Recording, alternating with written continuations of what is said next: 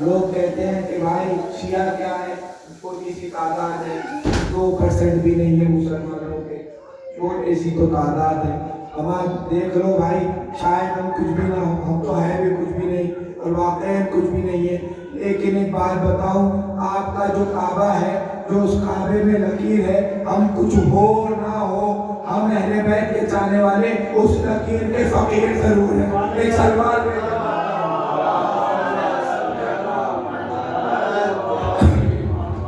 تو قرآن ذکر، رسول ذکر، اور پروردگار کہہ رہا ہے کہ اہل ذکر سے پوچھو۔ یہ جو ذکر ہے، اس کا جو اہل ہے، اس سے سوال کرو۔ اب آئیے ذرا اس لفظ اہل کی وضاحت قرآنی سے کرتے ہیں، اجازت ہے؟ ایک سلوات دیتے محمد۔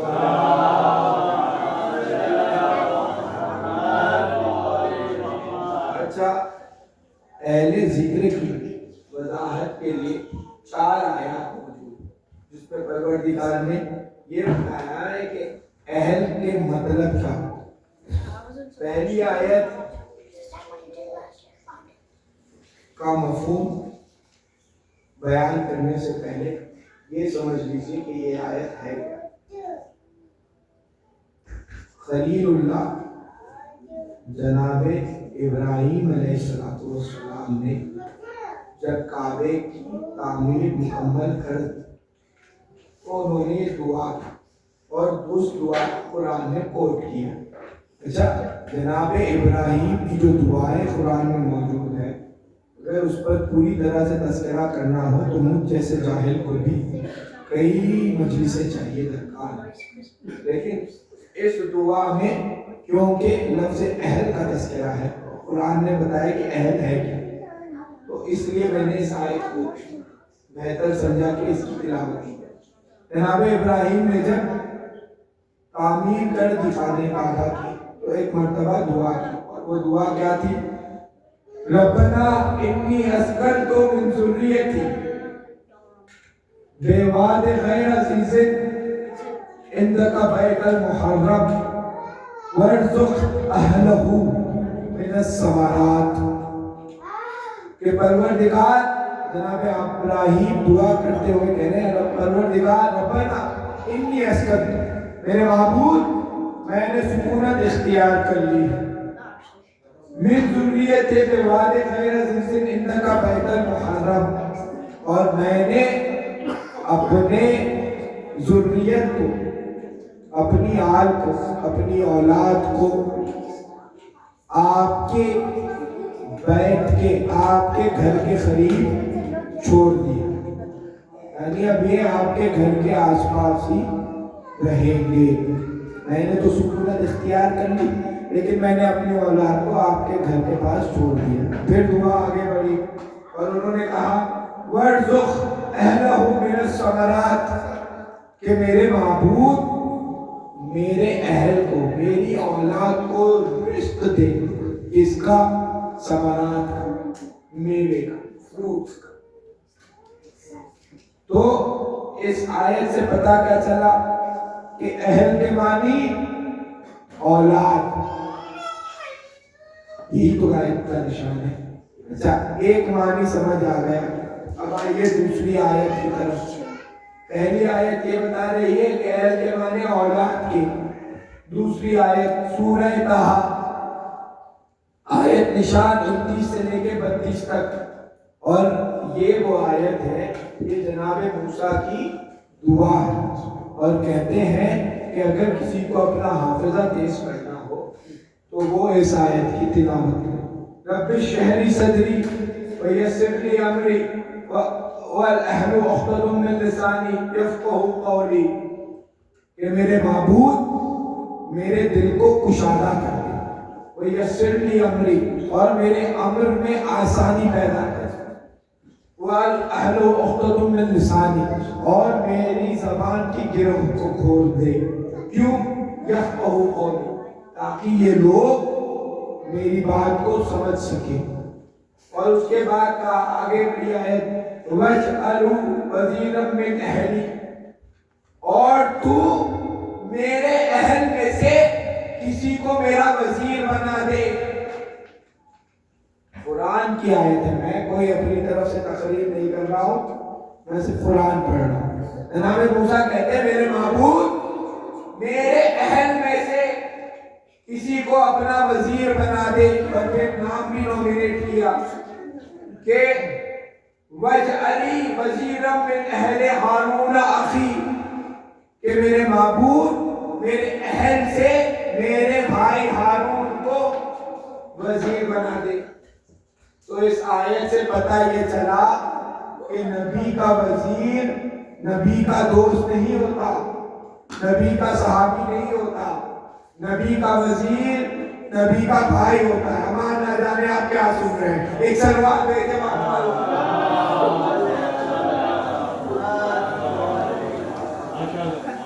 جانے وَاجْعَلْنِی وَزِیرًا مِنْ أَہْلِ ہارون اخی، میرے معبود یہ جو میرا اہل ہے نام اس کا ہارون ہے، رشتے میں میرا بھائی ہے، اس کو میرا وزیر بنا. اور وَأَشْرِكْهُ فِی أَمْرِی، اور اس کو میرے امر میں میرا شریک بنا. تو اس آیت سے پتہ کیا چلا کہ اہل کے معنی بھائی کے. پہلی آیت میں اہل کے معنی اولاد، دوسری آیت میں اہل کے معنی بھائی کے. ایک سلوات بھیجے تیسرے آیت سناؤ.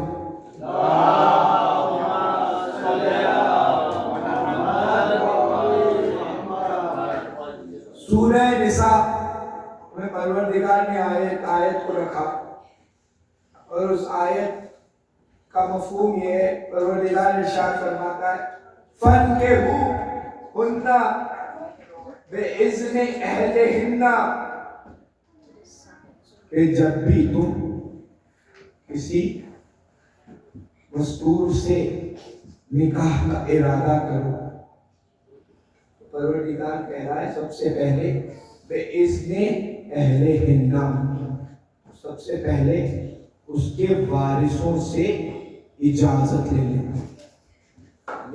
سورہ نساء میں کہہ رہا ہے کہ جب بھی تم کسی مستور سے نکاح کا ارادہ تو اس کے وارثوں سے پہلے اجازت لے لو. اہل ہنہ، اہلی، اہلہو، یہ سارے عربک گرامر کے حساب سے اہل کے الگ الگ لفظ ہیں.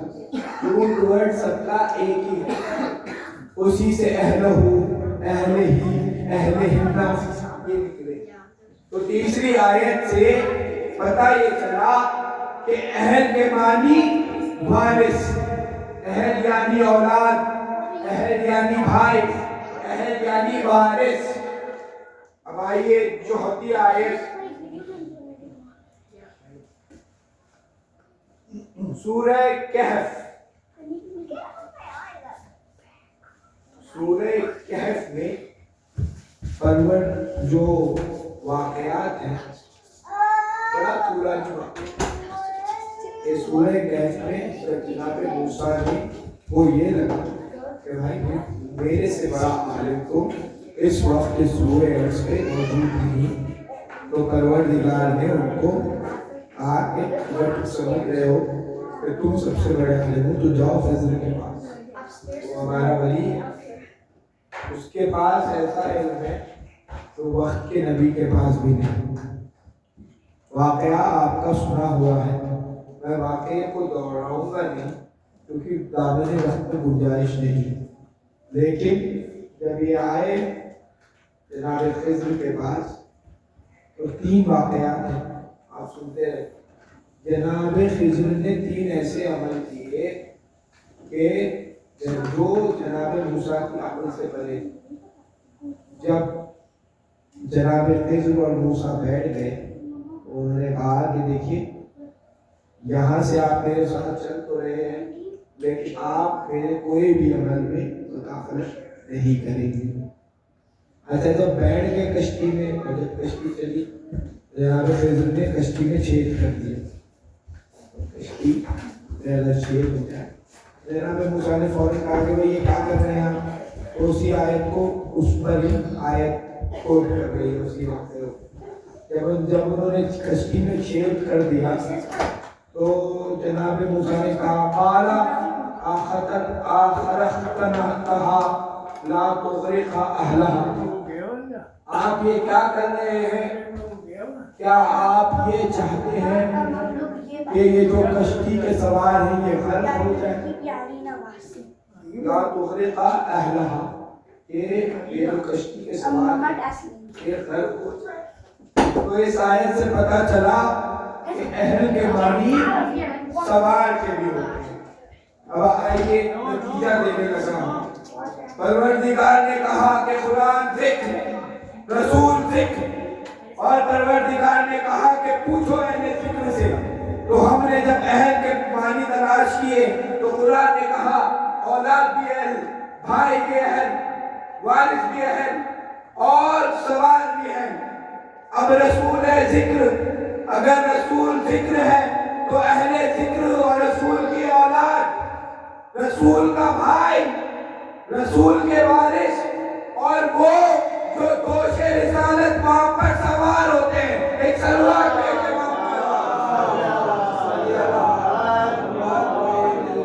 یعنی اس گھرانے کے علاوہ کوئی اور رسالت کا قرآن کا اہل ہی نہیں ہے بھائی.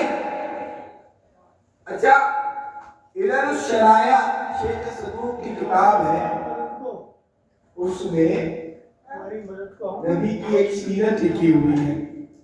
اور وہ سیرت کیا ہے بھائی؟ کہ حضور جب اپنے بال سنوارتے تو بیچ کی مانگ نکالتا، بیچ میں بالوں ایسے ایسے اور بیچ سے مانگ نکالتا. جب پہلی دفعہ یہ کر کے مسجد نبوی میں آئے تو اصحاب نے دیکھا اور کہا ماشاءاللہ نبی کریم آج آپ بہت پیارے لگ رہے ہیں. اب آپ نے کیونکہ بیچ کی مانگ کی ہے تو کل سے ہم بھی بیچ کی مانگ کریں گے، اپنے بالوں کو ایسے ہی سنواریں گے. تو نبی نے جواب دیا کہ دیکھو اگر کرنا چاہتے ہیں تو کرو، لیکن میں ان کو ٹوکوں گا نہیں. لیکن پہلے یہ تو سمجھ لو کہ یہ میں نے کیوں کیا. خدا کی قسم جو نبی کا جواب ہے آپ کی زمین قلب کو اتر جائے. آئے مجھ سے پوچھ تو لو کہ میں نے کیوں کیا ہے. تو کہا رسول اللہ بیان ارشاد فرمائیے آپ نے یہ کیوں کیا. تو جواب میں رسول اکرم نے بیان فرمایا کہ دیکھو میں عادل پروردگار کا عادل رسالت ماپ ہوں، اس لیے میں نے اپنے بالوں کو ایسے سنوارا ہے جب میرے دونوں نواسے میری دوش پر سوار ہو تو میں نے بالوں کو اس لیے ایسے سنوارا کہ جب میرے نواسوں کو اپنی دوش پر بٹھاؤ تو دونوں کے حصے میں برابر برابر کے بال آئے. ایک سلوات پہ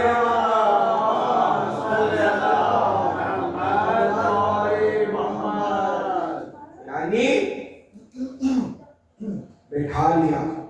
اور یہ نہیں ناکا بنے ہیں. اب یہ دونوں بھائی اگر ایک بھائی ادھر کھینچے نبی کو، ایک بھائی ادھر کھینچے تو نبی کہاں جائے بھائی. لیکن کبھی ایسا موقع دیکھنے کو نہیں ملتا. کیوں؟ کیونکہ یہ دونوں بھائی ایک نور کے ٹکڑے ہیں. جو بڑا چاہتا ہے وہی چھوٹا چاہتا ہے. اچھا، تو یہ دوش نبی کے سوال. اس کے بعد ایک اور واقعہ دیکھنے کو ملتا ہے. موضوع کو ختم کرنے لگا ہوں، بس کچھ باتیں رہ گئی ہیں، اس کے بعد بیوی کی خطبے کی طرف آتا ہوں. تو جب ہم نے کہا آیت سے ہدایت لینی ہے تو قرآن ذکر ہے، اہل بیت اہل ذکر ہے. اگر قرآن کی کسی بھی آیت سے ہدایت لینی ہو تو وہ ہدایت تبھی ملے گی جب اس گھرانے کے دربار. کیوں؟ کیونکہ وہ قرآن ثابت ہے، اور قرآن ثابت تبھی سمجھ میں آئے گا جب قرآن ناطق کے دروازے پر آؤ. بس موضوع تمام ہو گیا. وقت میں بھی گنجائش نہیں رہی، بہت سی باتیں رہ گئی تھی. انشاءاللہ پھر کبھی موقع ملا تو اس موضوع پر آپ سے گفتگو کریں گے. اب اب آئیے بیوی کا وہ خطبہ سنتے ہیں. بیوی نے یزید کے دربار میں کھڑے ہو کے کہا کہ الذی کان یلاطف الجلیل ویلا عبد السید النبی ویحرق معدہ اسرافیل وینبیہ جبرائیل انہ افسد علی اخی دنیا ہو الى اخیق علی دار القوار والبوار.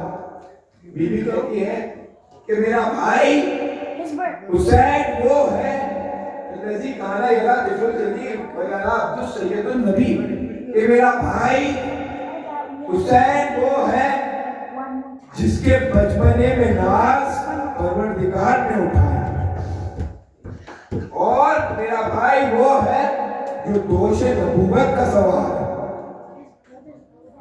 اس کے بعد کہا وَيُحَرِّقْ مَعْدَهُ إِسْرَافِيلُ وَيُنَاقِيهُ جِبْرَائِيلُ، اور میرا بھائی حسین وہ ہے کہ جس کا جھولا اسرافیل فرشتے نے جھلایا ہے، اور جس کو جھولے میں وَيُنَاقِيهُ جِبْرَائِيلُ، اور جس کو جھولے میں لوریاں جبرائیل سناتا رہا. اس کے بعد بیوی نے ایک فائنل ٹچ دیا اور اس کے منہ پہ تماچا مارا. بیوی کہتی ہے کہ اے یزید، تو کیا سمجھتا ہے کہ تو نے میرے بھائی کو قتل کر کے اس کی دنیا کو خراب کر دیا؟ تو اس بات پر خوش ہے تو یہ بھی جان لے انہ افسد علی اخی دنیا ہو الی اخیق علی دار القوار والبوار، کہ بے شک اگر تو نے میرے بھائی کو قتل کیا اور اس کی دنیا کو ختم کر دیا، اگر تو یہ سوچ رہا ہے تو یہ جان لے کہ میرے بھائی نے تجھے زندہ چھوڑ کے تیری آخرت کو خراب کر دیا. ایک سلوات میں جواب، یعنی بیوی کہہ رہی ہے کہ بھلے ہی اس دنیا میں کہ میرے بھائی کو مظلومی سے شہید کر، لیکن میرے بھائی نے تجھے زندہ چھوڑ کے تیری آخرت بھی خراب کر. اس کے بعد بیوی کہتی ہے کہ اے یزید، تیرے مہلت ختم ہو گئی، تیری گنتی کے دن ہے. اور بیوی کی یہ بات سچ ہو. واقعہ کربلا کے بعد ملعون صرف 3 سال تک زندہ ہے، بڑی دردناک اس کی موت رہی. تو عزیزان محترم، یہ گھرانہ وہ گھرانہ ہے جو سرتاپا ہدایت ہے. جیسے قرآن مجید کا ہر حروف، ہر لفظ، ہر آیت ہمارے لیے ہدایت ہے، ویسے ہی اس گھرانے کا ہر عمل، ہر فعل اور ہر قول ہمارے لیے ہدایت ہے. بس اگر ہم اس گھرانے کے قول پر عمل کر لیں تو ہماری دنیا بھی سنور جائے اور آخرت بھی سنور جائے. بس عزیزان محترم، یہ معلومات آپ کے قول، آپ کے اذہان تک پہنچانے تھے، کیونکہ کل عاشور ہے. ظاہری بات ہے کہ عاشور کے دن وسائل نہیں ہوتے. تو آج کی یہ تقریر گزشتہ 8 تقریروں کا نچوڑ تھی. بس یہ تقریر کے اختتام پر میں آپ کا ممنون مشکور ہوں کہ آپ نے مجھے یہاں بلایا اور اتنی عزت و محبت سے نوازا کہ جس کا میں حقدار نہیں ہوں.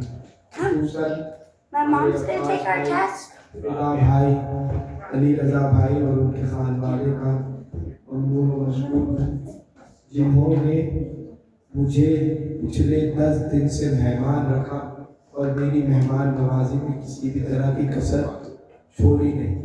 اور آپ سب کا بھی شکریہ جو مسلسل 10 دنوں سے آ رہے ہیں اور مجھ جاہل کی گفتگو سن رہے ہیں. عزیزان محترم، آج شب عاشور ہو چکی ہے. آج کی رات گریے کی رات ہے، تاکید ہے مومنین کو کہ آج کی رات جاگے، اعمال کرے اور حسین کی مظلومی و گریہ کرے۔ یہ وہ رات ہے جو حسین نے خدا کی عبادت کے لیے مانگی۔ یہ رات کو مانگ کے لیا ہے حسین۔ روایتوں میں ملتا ہے کہ اس رات حسین نے اس رات کو 3 حصوں میں بانٹا۔ 1/3 حصہ حسین خدا کی عبادت کرتے رہے، 1/3 حصہ حسین اپنے گھر والوں کے ساتھ، اور 1/3 حصہ حسین اپنے اصحاب کے ساتھ۔ جب اصحاب کے ساتھ آئے تو حسین نے اپنے سارے چراغوں کو بجھا، اور پھر حسین نے خطبہ کیا کہ میرے چاہنے والوں، یہ جان لو کہ کل کا دن اس قافلے کا انجام موت ہے۔ میں تم سے کوئی شکوہ نہیں کرتا، تم یہاں تک میرے ساتھ آئے، یہی بہت بڑی بات۔ میں نے سارے چراغ بجھا دیے، اگر کسی کو ابھی بھی اپنی جان پیاری ہو تو میں حسین اس کی جنت کی ضمانت دے، لیکن اس قافلے کو بڑی مصیبتوں کا سامنا ہے۔ تو حسین اس کو کچھ نہیں کہے، جس کو جانا ہے میں مہلت دیتا ہوں کہ اب ہمیں اپنے گھروں کو لوٹ۔ روایتوں میں ملتا ہے کہ 250 کے قریب لوگ تھے جو شب عاشور تک حسین کے ساتھ تھے، لیکن جیسے ہی حسین نے چراغ واپس جلائے تو حسین نے دیکھا کہ صرف 72 لوگ ہیں جو رہ گئے۔ حسین نے سوال کیا کہ کیا آپ لوگ نہیں جائیں گے؟ اس پر زہیر کا وہ تاریخی جواب کہ میرے مولا، اگر پروردگار مجھے زندہ کرے اور پھر موت دے، اور پھر زندہ کرے اور پھر موت دے، ایسے 1000 مرتبہ زندہ کرے اور پھر موت دے، میں پھر بھی آپ کی نصرت سے پیچھے نہیں جاؤں۔ حسین کے ایسے جانے سال صاحب، اور اس کے بعد حسین اپنی بہن زینب کے خیمے میں اور تمام شہادتوں کا تذکرہ کیا کہ بہن زینب کل کے دن اور محمد کی شہید ہو، قاسم کے ٹکڑے پامال ہو، بہن عباس کے ہاتھ میں فرات کے کنارے کٹے ہوئے تھے، بہن علی اکبر کے سینے میں سنا ہو، اور اے بہن پچھلے اندام کے قریب آپ ہمارے سر کو نوک نیزہ ببلا۔ بی بی نے بڑا گریا، اس کے بعد ایک سوال کیا کہ اے بھیا، آپ کی یہ جو اصحاب ہے یہ آپ کے ساتھ وفادار تو ہے؟ بھیا مانا کہ اصحاب یہ چھوڑ کر چلے گئے۔ بھائی حسن کے کئی اصحاب مشکل وقتوں نے چھوڑ کر چلے، باپ علی کے اصحاب مشکل وقتوں نے، جیسے ہی یہ خبر حبیب کے پاس آئی، حبیب نے اصحاب کو بلایا، تلوار کو اپنی گردن پہ رکھا اور کہا بی بی اگر آپ کو ہماری وفاداری پر شک ہے تو ہم ابھی اپنی گردن کو کاٹ۔ اس پر بی بی نے سلام عرض کیا تو انہوں نے کہا کہ ہائے، آل رسول پر یہ وقت آ گیا کہ کنیز کے بیٹوں کو شہزادیاں سلام۔ اس کے بعد ایک عجیب منظر دیکھنے کو کہ کربلا میں جتنی بھی مائیں تھیں، میری مائیں بہنیں اس مجلس میں سن گئیں۔ میری مائیں بہنوں میں میں نے وہ ولولہ دیکھا کہ وہ چاہتی ہیں کہ اپنی بچوں کو یہاں مجلس میں لائیں اور وہ نوحہ اور گریہ کریں۔ یہ یقیناً کربلا کی ماؤں کے جذبوں کا صدقہ ہے جو میری ماں بہنوں تک منتقل ہے۔ شب عاشور ہر ماں اپنے بچے کو شہادت کے لیے سوار کر تیار کر گئی، لیکن ایک بی بی موجود ہے جس کے پاس کل کوئی قربانی پیش کرنے کے لیے نہیں۔ بی بی ام کلثوم جب یہ سوچ کے اپنے خیمے میں رو رہی تھی کہ پروردگارا کل ہر ماں کے پاس کوئی نہ کوئی بیٹا موجود ہے جس کو وہ دین خدا کو قربان کرے گی، میرے معبود میرے پاس کوئی نہیں۔ جب حسین نے یہ سنا تو حسین دلاسے کے لیے جانا چاہتے تھے، دیکھا کہ عباس ام کلثوم کے خیمے میں داخل ہو، اور عباس آ کے بی بی کے سامنے روزانو بیٹھ گئے اور ہاتھوں کو جوڑ کے کہا کہ بی بی آپ غم نہ کریں، کل یہ غلام آپ کی طرف سے اپنے آقا پر قربان ہو جائے۔ جب یہ سنا تو بہن نے بھائی کو گلے لگایا اور بڑی دیر تک گریا۔ اچھا، اور اس کے بعد عباس نکلے، رات بھر تلوار کو سیخل کرتے رہے اور چاند کو دیکھ کر کہتے کہ اے رات جلدی گزر جا، اس لیے کیونکہ جب کل کا سورج نمودار ہوگا تو عباس دنیا کو بتائے گا کہ شجاعت کا معیار کیا ہو۔ عباس تو کہہ رہے تھے کہ رات جلدی گزر جا، لیکن بی بی زینب اس چاند کو دیکھتی اور کہتی ہے رات نہ ڈھلنا کہ اجڑ جائے گی زینب۔ اس کے بعد عباس نے علی اکبر کو بلایا اور کہا علی اکبر میں فوج یزیدی کا مطالعہ کر کے آ چکا اور میں نے فوج کو 4 حصوں میں تقسیم کیا، میرے لال 2 حصوں سے میں اکیلا جنگ کروں گا، ایک حصے سے آپ تنہا جنگ کریں اور ایک حصے سے اصحاب جنگ کریں، کل ہم مولا حسین کو زحمت نہیں دیں گے، میں کوشش کروں گا میرے بچے کہ جلد سے جلد اس فوج کو ختم کر کے آپ کی نصرت کو آؤ اور پھر ہم اصحاب کی نصرت کو چلے جائیں۔ ہائے کتنا ارمان عباس کو جنگا، لیکن صاف سے بتانا روز عاشور عباس کو جب کی اجازت ملی، اس کے بعد ایک عمل کی ایک روایت ملتی ہے، ہلال بن نافع جو مختل کے راوی ہیں، مشہور مید ابن مسلم ہے، لیکن 4 مختل کے راویوں میں ہلال ابن نافع بھی موجود۔ انہوں نے کہا کہ میں نے دیکھا کہ حسین میدان کی طرف جا رہے ہیں، لیکن جب حسین اپنا قدم آگے بڑھاتے ہیں تو ایک چھوٹی سی بچی حسین کے پیچھے پیچھے چلتی۔ اچھا، حسین مڑے تو دیکھا سینے پہ سونے والی اپنے بابا کے پیچھے پیچھے، کہا سکینہ اپنی ماں کے پاس چلے جاؤ بیٹا، بابا نیند نہیں آ رہی۔ جب یہ سنا تو حسین نے کہا آپ کو اپنی آغوش میں سلائے اور حسین چلے۔ اب آگے آگے حسین پیچھے پیچھے سکینہ، آگے آگے حسین پیچھے پیچھے سکینہ۔ جب حسین نے دیکھا کہ سکینہ خیمے میں نہیں جاتی تو بیچ میدان میں میرا مولا لیٹ گیا اور اپنی 4 سال والی بچی کو سینے پر سلا لے اور گریہ کرتے ہیں۔ شاید یہ خیال رہا ہو کہ میری بچی یہ وہ آخری موقع ہے کہ تو میرے سینے پر سوئے۔ جب سو گئی سکینہ تو امام نے رباب کو بلایا، کہا رباب بچی کو خیر کے میری ماں کا دل تھا، کہا مولا صبح سے پیاسی ہے، اب چین سے سوئی ہے، سونے دیجئے۔ تو امام نے قیامت کا جملہ ارشاد فرمایا، کہا رباب اب سکینہ کو میرے سینے کے بغیر سونے کی عادت ڈالنی ہوگی۔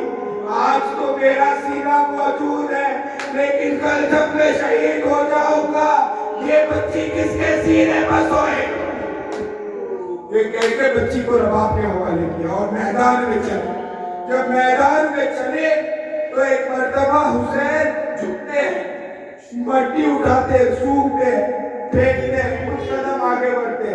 ایک مقام ایسا آیا جہاں حسین اس کی خاک کو اٹھایا، سونگا اور رونے لگے اور زمین پر بیٹھ گئے اور یہ کہنے لگے یہی وہ مقام ہے جس کا مجھ سے وعدہ کیا گیا ہے، یہی وہ مقام ہے جہاں ظلم کا خنجر میرے گلے پر چلے گا۔ ابھی یہ کہہ کے رو رہے تھے کہ حسین نے محسوس کیا کہ حسین کے پاس کوئی موجود ہے۔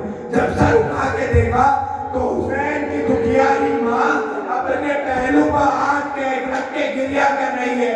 کہا ماں اب یہاں کیسے؟ کہا میرے لال میں صبح سے یہاں موجود ہوں اور تیری قتل گاہ کو صاف کر رہی ہوں۔ کہا ماں امت نے مجھے بڑا رلایا ہے، کل جب میں تنہا ہو جاؤں گا جلال نوازا رہا۔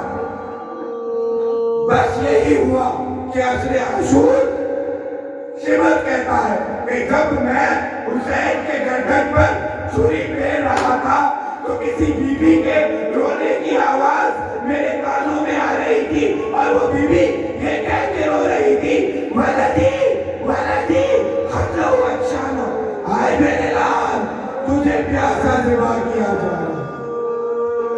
لعنت اللہ علی القوم الظالمین، فسيعلم الذين ظلموا أي منقلب ينقلبون۔ ماتم حسین۔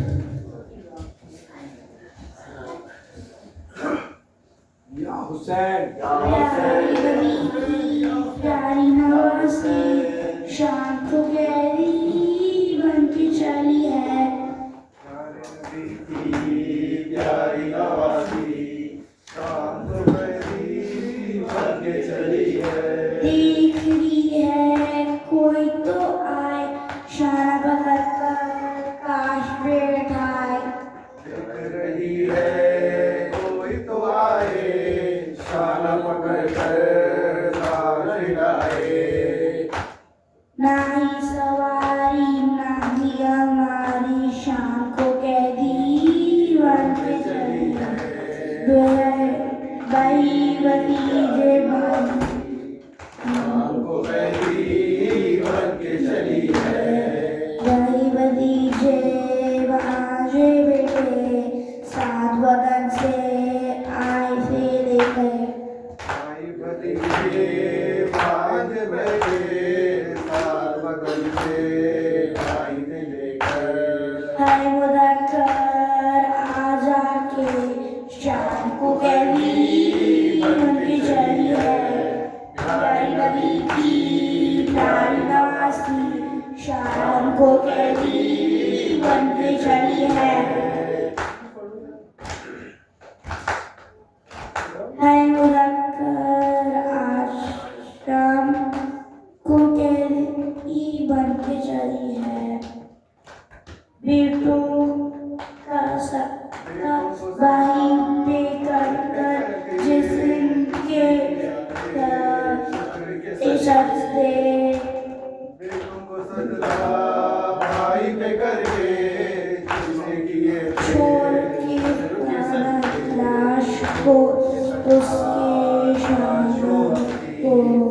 شام کو قیدی بن کے چلی ہے، پیاری نبی کی پیاری نواز کی شام کو قیدی بن کے چلی ہے، یا حسین، یا حسین یا حسین یا حسین یا حسین یا حسین یا حسین یا حسین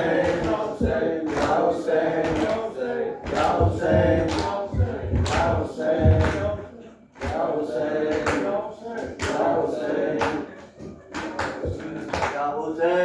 حسین یا حسین یا حسین یا حسین یا حسین ہمارے جو پوشاک بولا دو زینب، دیدی ہمارے جو پوشاک بولا دو زینب، اپنے ہاتھوں سے کفن مجھ کو پہنا دو زینب، دیدی ہمارے جو پوشاک بولا دو زینب، اپنے ہاتھوں سے کفن مجھ کو پہنا دو زینب، آج محفل میں فخر بات تمہاری ہوگی، آج محفل میں فخر بات تمہاری ہوگی، ابھی اماں سے ملاقات ہماری ہوگی، ابھی اماں سے ملاقات ہماری ہوگی، کوئی پیغام اگر ہو تو سنا دو زینب، اپنے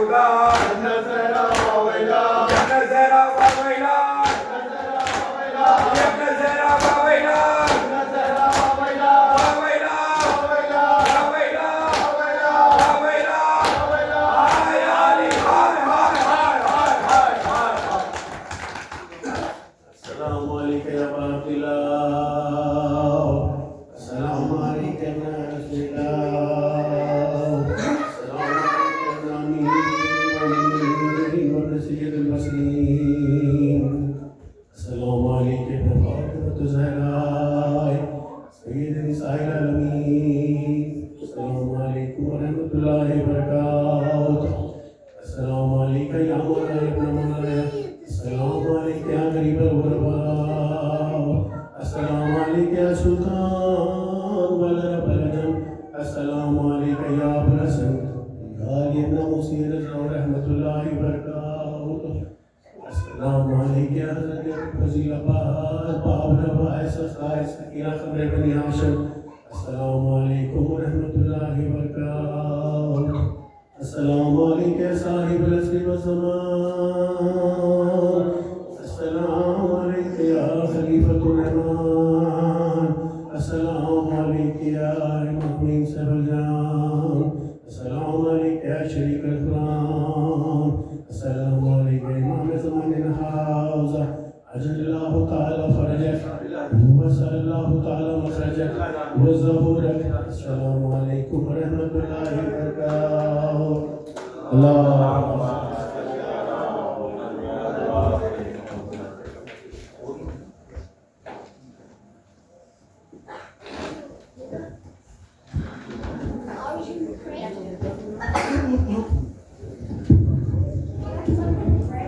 ما شاء الله لا حول ولا قوة إلا بالله العلي العظيم أعوذ بالله من الشيطان اللعين الرجيم بسم الله الرحمن الرحيم إن الله وملائكته يصلون على النبي يا أيها الذين آمنوا صلوا عليه وسلموا تسليما لبيك اللهم لبيك اللهم صل على محمد وآل محمد سبحان الله والحمد لله ولا إله إلا الله إلها واحدا أحدا فردا صمدا لم يتخذ صاحبة ولا ولدا ولم يكن له شريك في الملك ولم يكن له ولي من الذل وكبره تكبيرا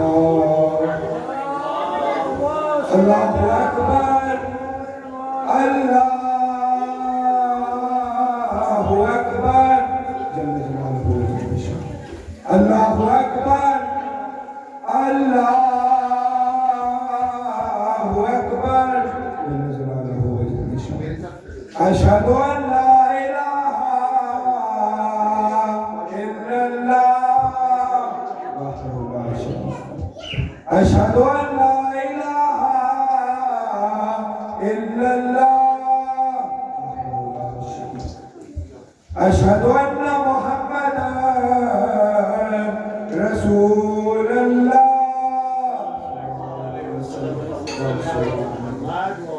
أشهد أن محمدا رسول الله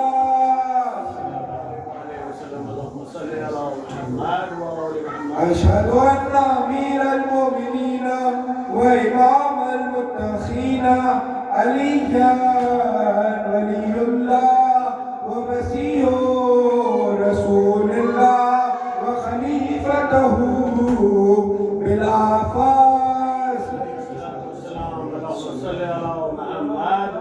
أشهد أن أمير المؤمنين وإمام المتقين عليا حجة الله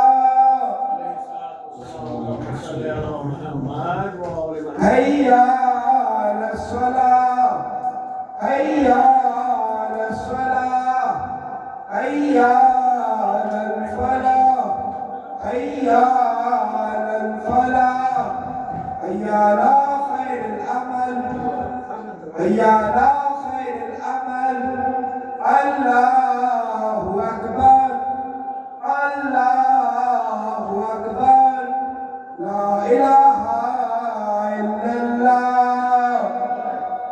إله إلا الله اللهم صل على محمد وعلى محمد بسم الله الرحمن الرحيم اللهم ارزقني زيارة الحسين في الدنيا وشفاعة الحسين في الآخرة اللهم لعن قتلة الحسين وأولاد الحسين وأصحاب الحسين اللهم صل على محمد وعلى محمد وأجل فرجه